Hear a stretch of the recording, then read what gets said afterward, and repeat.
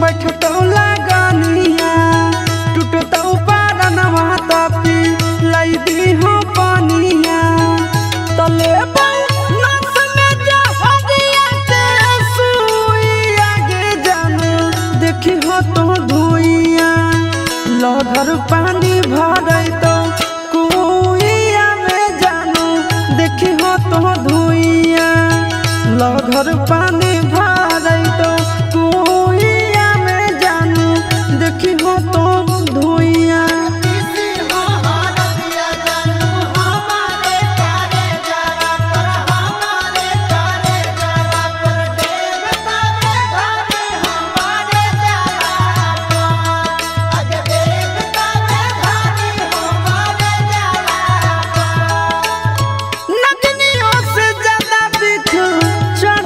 तो जनिया लहर ना उतरो हाडी गेलो झगुनिया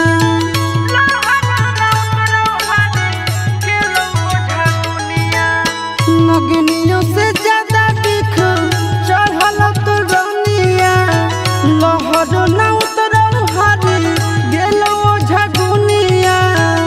कि मोरा धरला रहबो हम भुइया में जानू देखी हो तो धुइया लहर पानी भरै तो कुइया में जानू देखी हो तो धुइया